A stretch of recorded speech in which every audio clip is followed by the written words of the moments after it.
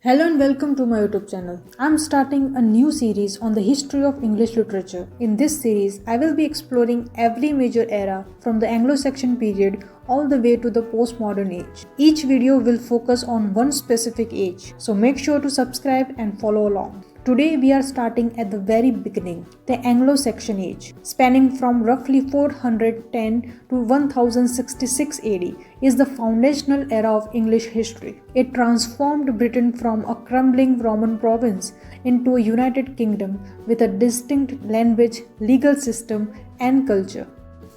After the Roman withdrawal in 410 AD, Germanic tribes, the Angles, Saxons, and Jutes migrated from northern Germany and Denmark.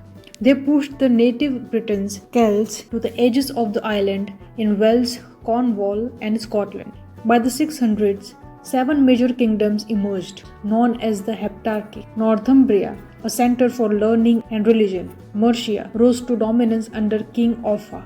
Wessex eventually became the shield of England against Vikings. East Anglia, Essex, Kent, and Sussex. From Northumbria to Wessex, life was governed by the comitatus, a sacred bond of loyalty between a lord and his warriors. This warrior ethos is the heartbeat of their greatest literary work, Beowulf. Though the author remains anonymous and the date is debated, likely composed in the 8th century, it perfectly captures the Anglo-Saxon obsession with word and the pursuit of lasting fame.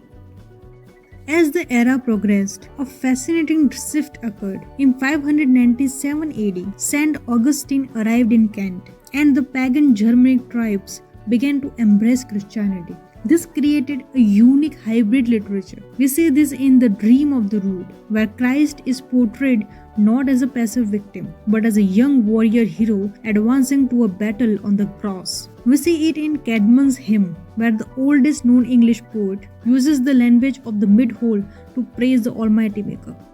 By the late 1700s, the golden age of Northumbrian learning was shattered by the Viking raid on Linden's Friend. Most kingdoms fell, but one man stood his ground, King Alfred the Great.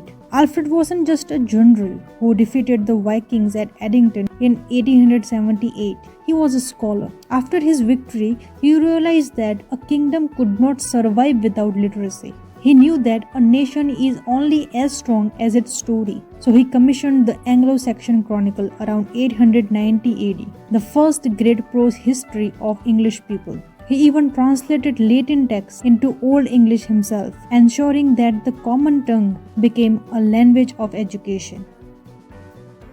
In Anglo-Saxon society, literature was primarily oral. Stories and histories were preserved by professional poets called scopes. These poets traveled between mid-holes, reciting long poems accompanied by a harp. Because literacy was limited, the written records we have today exist because of Christian monks, who later recorded these oral stories in 4 primary manuscripts, such as Exeter Book, Novel Codex, the Vercelli Book, and the Junia's Manuscript. Almost everything we know survives in just 4 manuscripts, written around 1000 AD. The Novel Codex is the home to epic Beowulf. The Exeter Book is an anthology of elegies, riddles, and short poems. The Vercelli Book is a collection containing the spiritual masterpiece, The Dream of the Rood. The Junia's Manuscript focused on poetic retellings of biblical history. At the heart of the Novel Codex lies Beowulf, consisting of 3,182 alliterative lines. It is the only complete Germanic epic in existence.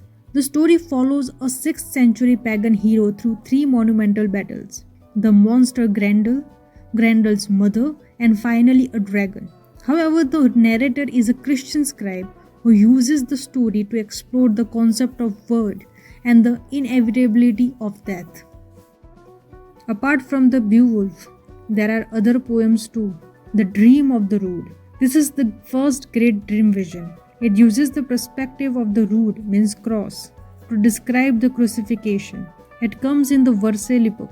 In a brilliant cultural bridge, it depicts Christ as a young hero and the cross as his thane, making the Christian story relatable to a warrior society. Second is the Seafarer, which comes in Exeter Book, a poem that functions as a spiritual pilgrimage. It describes the physical hardship of the freezing sea as an allegory for the human soul's journey toward God.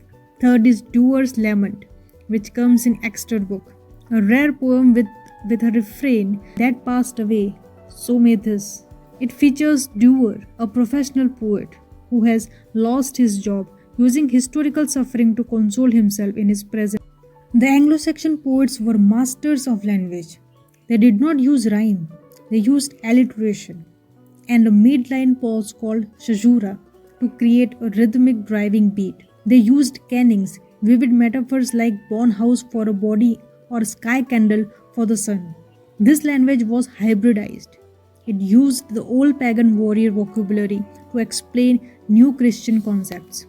The era concluded at the Battle of Hastings in 1066, when the Norman French forces defeated Harold Godwinson. The linguistic and social landscape changed forever. However, the born house of the English identity was already built.